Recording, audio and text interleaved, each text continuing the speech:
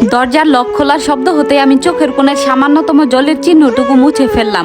সায়ান ভেতরে ঢুকে আগের মতো স্বাভাবিক গলায় বলল, আজকে ভীষণ ক্লান্ত লাগছে রিমি, একটু তাড়াতাড়ি চা আর সাথে কিছু স্ন্যাক্স দাও তো। আমি সায়ানের দিকে তাকালাম, একদম শান্ত গভীর এক নীরবতা ধরে রেখে কেবল মৃদু হেসে বললাম, তুমি হাত মুখ ধুয়ে নাও, দিচ্ছি। সায়ান খেয়ালই করলো না আমার এই শান্ত চেহারার পেছনে কত বড় এক ঝড়ের জন্ম হয়েছে।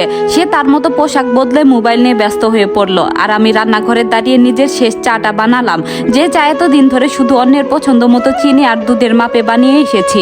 রাতে যখন পুরো বাসা নিস্তব্ধ, সায়ানও ঘরে ঘুমাচ্ছে, আমি তখন বিছানায় শুয়ে নিজের জীবনের নতুন খসড়া তৈরি করলাম। সায়ানের চোখের মোহ ভাঙতে কিংবা তাকে কোনো কিছু প্রমাণ করতে নয়, বরং নিজেকে নিজের কাছে ফিরিয়ে আনতে আমার এই যুদ্ধ। পরদিন সকাল 6টায় সায়ানের অ্যালার্ম বাজার আগে আমি ঘুম থেকে উঠলাম। এতদিন সকাল হলেই রান্নাঘরের দিকে ছুটতাম, সায়ানের জন্য গরম ধোয়া ওঠা নাস্তা, বাচ্চাদের টিফিন আর ধোয়া মুছার ব্যস্ততা। কিন্তু আজ আমি সোজা ব্যালকনিতে গিয়ে দাঁড়ালাম। ভোরের শীতল বাতাসটা ফুসফুসে টেনে নিয়ে কয়েকটা হালকা ফ্রি হ্যান্ড ব্যায়াম আর স্ট্রেচিং করলাম। সায়ান ঘুম থেকে উঠে হাঁক দিল, রিমি চা কোথায়? আর আমার সকালের নাস্তা রেডি। আমি বেলকনি থেকে ধীর পায়ে হেঁটে ঘরে এলাম। পরনে সাধারণ ঘরের পোশাক, কিন্তু চোখে মুখে এক অনড় দৃঢ়তা। সায়ানের দিকে তাকিয়ে একদম সহজ গলায় বললাম, আজ থেকে আর সকালে রান্না বা নাস্তা আমি করব না সায়ান। তুমি অফিসে যাওয়ার পথে বাইরে থেকে কোনো রেস্টুরেন্টে নাস্তা সেরে নিও, ইভিনিং স্ন্যাক্সও বাইরে খেয়ে নিও। সায়ান চোখ গোল গোল করে তাকালো আর বলল, মানে হঠাৎ কি হলো? তুমি জানো আমি বাইরের খাবার সহ্য করতে পারি না। সকাল সকালে এসব কি ফাজলামো? আমি শান্ত হেসে বললাম, কোনো ফাজলামো নয়, আমার নিজের কিছু মনের আশা পূরণ করার আছে। এতদিন সংসার আর মাতৃত্ব সামলাতে গিয়ে নিজেকে একদম শেষ করে দিয়েছিলাম। এবার আমি নিজের শরীর আর স্বাস্থ্যের দিকে নজর দেব। যতদিন না আমার নিজের সেই লক্ষ্য পূরণ হচ্ছে, এতদিন ঘরের রান্নাঘরের দায়িত্বে কিছুটা কাটছাট থাকবে। সায়ান রাগে গজগজ করে বলল, তোমার মাথায় নির্ঘাত ভূত চেপেছে। কয়দিন ব্যায়াম করার ভূত চাপবে, তারপর বুদবুদের মতো মিলিয়ে যাবে ঢং। সে রাগে গজগজ করতে করতেই জামা কাপড় পরে বাসা থেকে বেরিয়ে গেল। সায়ান চলে যাওয়ার পরপরই আমি আর দেরি করলাম না, বাচ্চাদের স্কুলে পাঠিয়ে দিয়ে বাসার কাছের এক সুপরিচিত উইমেন্স জিমে গিয়ে ভর্তি হয়ে গেলাম। একজন অভিজ্ঞ ট্রেনারের সাথে কথা বলে আমার পোস্টপার্টম ওয়ার্কআউট আর পার্সোনাল ডায়েট চার্ট বানিয়ে নিলাম। বাড়ি ফিরে এসে প্রথমে রান্নাঘরের তেল মশলাদার খাবারের পসরা বন্ধ করে দিলাম। নিজের জন্য প্রোটিন, শাকসবজি, ফলমূল আর পর্যাপ্ত পানির এক সুনির্দিষ্ট ডায়েট শুরু করলাম। তেলে ভাজা জিনিস, অতিরিক্ত চিনি কিছুই খাবো না। দেখতে দেখতে সময় গড়াতে লাগলো। প্রথম সায়ান ভাবছিল আমি 2-1 দিন পর ক্লান্ত হয়ে আগের রূপে ফিরে যাব, কিন্তু যখন দেখলো আমি প্রতিদিন নিয়ম করে সকালে জিমে যাচ্ছি, মিষ্টি আর প্রসেসড ফুড এক ফোঁটাও ছুঁয়ে দেখছি না, তখন সে বাধ্য হয়ে বাইরের হোটেল আর ক্যাফে থেকে সকালের নাস্তা সাটানো শুরু করলো। সায়ানের অভ্যাসে পরিণত হলো বাইরের তেলের পরোটা, ভাজা পোড়া আর ক্যাফের রিচ ফুড খাওয়া।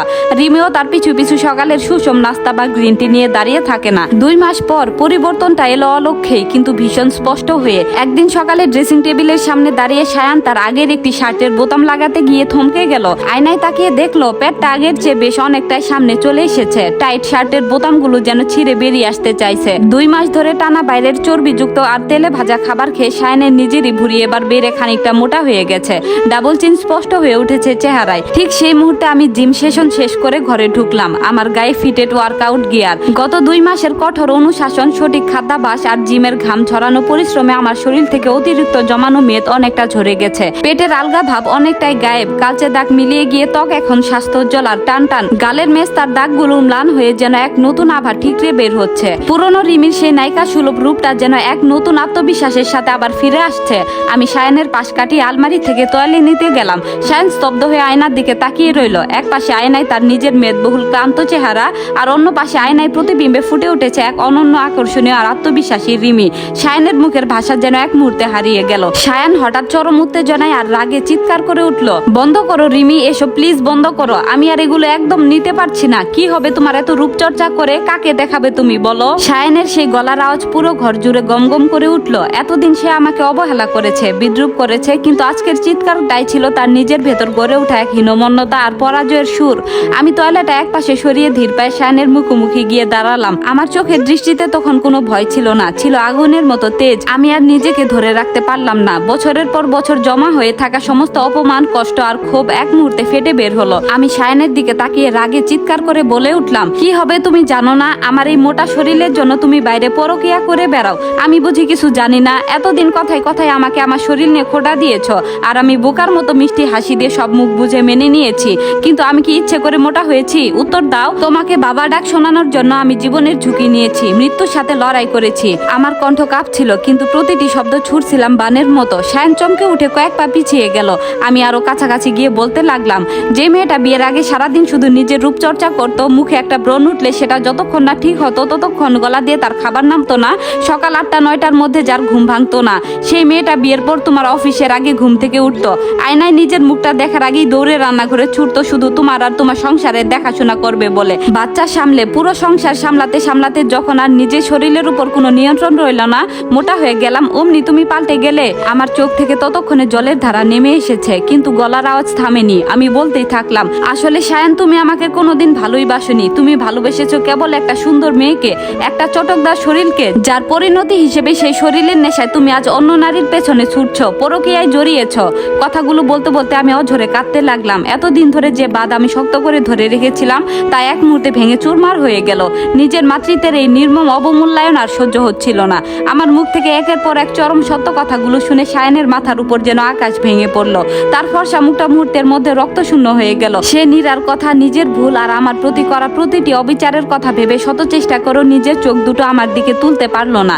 অপরাধীর মতো মাথা নিচু করে মেঝের দিকে তাকিয়ে স্তব্ধ হয়ে রইল সে। আমার শরীরটা ক্লান্তিতে ভেঙে আসছিল। আমি ধপ করে পাশে একটা বিছানায় বসে পড়লাম, দুই হাতে মুখ ঢেকে অঝরে কাঁদতে লাগলাম। এ কান্না শুধুই কষ্টের নয়, এতদিন পর বুকের ভেতর জমে থাকা পাথরটা নেমে যাওয়ার কান্না। হঠাৎ অনুভব করলাম সায়ান হাঁটু গেড়ে আমার পায়ের কাছে মেঝেতে বসে পড়েছে। সে কাঁপা কাঁপা হাতে আমার হাত দুটো চেপে ধরে ফুপিয়ে কেঁদে উঠল। ও বলল, আমাকে ক্ষমা করে দাও রিমি, প্লিজ আমাকে ক্ষমা করে দাও। আমি অন্ধ হয়ে গিয়েছিলাম। যে রূপ আর আকর্ষণ আমি বাইরে খুঁজেছি, তার পেছনে যে কত বড় ত্যাগ আর মাতৃত্বের অবদান ছিল সেটা আমি বুঝতে পারিনি। আমি সব সম্পর্ক শেষ করে দেব রিমি, আমি নীরাকে আজই বলে দেব। তুমি যা সাজা দেবে আমি মাথা পেতে নেব, কিন্তু প্লিজ আমাকে ছেড়ে যেও না। সায়ানের চোখের জলে আমার পা ভিজে যাচ্ছিল, কিন্তু আয়নায় তাকিয়ে আজ আর আমি সে আগের রিমিকে দেখতে পাচ্ছিলাম না। সায়ান হয়তো আজ নিজের ভুল বুঝতে পেরেছে, পা ধরে ক্ষমা চাইছে, কিন্তু আমার মাতৃত্বের যে মূল্য আমি নিজের রক্ত আর অশ্রু দিয়ে চুকিয়েছি, তার সত্যিকারের সম্মান আজ আমি নিজে অর্জন করে নিয়েছি। আমি চোখ মুছে নিজেকে সোজা করে বসলাম। সায়ানের আকুল কান্না আর ক্ষমা চাওয়ার শব্দে রুমটা ভারী হয়ে উঠল। সায়ান আমার পা দুটো শক্ত করে জড়িয়ে ধরে বারবার একটাই আকুতি জানাচ্ছিল, আমাকে একটা সুযোগ দাও রিমি, বাচ্চাদের দোহাই লাগে, আমাকে ফিরিয়ে নিও না। আমি সায়ানের দিকে তাকালাম। এই সেই মানুষ যাকে একদিন অন্ধের মতো বিশ্বাস করেছিলাম। তার চোখের জলে আজকের অনুশোচনাটা হয়তো সত্যি, কিন্তু সেই অনুশোচনা কি আমার ভেঙে যাওয়া হৃদয়টাকে আবার আগের মতো জোড়া লাগাতে পারবে? ঠিক সেই মুহূর্তে পাশের ঘর থেকে ছোট্ট বাচ্চার ঘুম ভাঙা ডাক এলো, মা।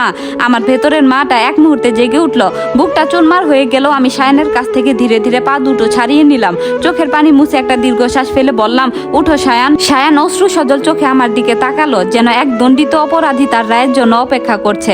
আমি শান্ত গলায় বললাম, আমাদের দুটো সন্তান আছে সায়ান, তাদের নিষ্পাপ চোখগুলোর দিকে তাকিয়ে তাদের ভবিষ্যতের কথা ভেবে আমি তোমাকে ক্ষমা করে দিলাম।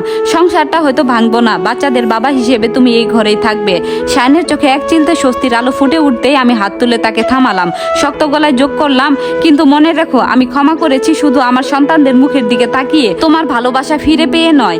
সায়ান, ভুল মানুষ সবাই করে, কিন্তু বিশ্বাসের কাজ একবার ভেঙে গেলে তা আর কখনো জোড়া লাগে না।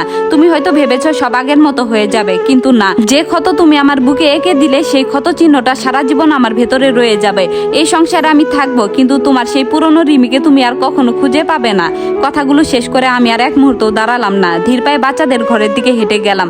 সায়ান মাথা নিচু করে স্তব্ধ হয়ে বসে রইল। সে বুঝতে পেরেছে সে তার সংসার আর সন্তানদের হয়তো ফিরে পেয়েছে, কিন্তু একজন নারীর নিখাত ভালোবাসা আর অন্ধবিশ্বাসকে সে চিরতরে হারিয়ে ফেলেছে। আর আমি আয়নায় তাকিয়ে নিজের আত্মবিশ্বাসী প্রতিবিম্বটার দিকে তাকালাম। আমি আর কারো অবহেলার পাত্রী নই। নিজের মাতৃত্বকে সম্মান জানিয়ে সন্তানের মুখের দিকে তাকিয়ে আমি বাঁচবো, নিজের শর্তে, নিজের মর্যাদায়। এই গল্পটি এখানেই শেষ। সম্পূর্ণ গল্পটি আপনাদের কেমন লাগলো অবশ্যই জানাবেন। ধন্যবাদ।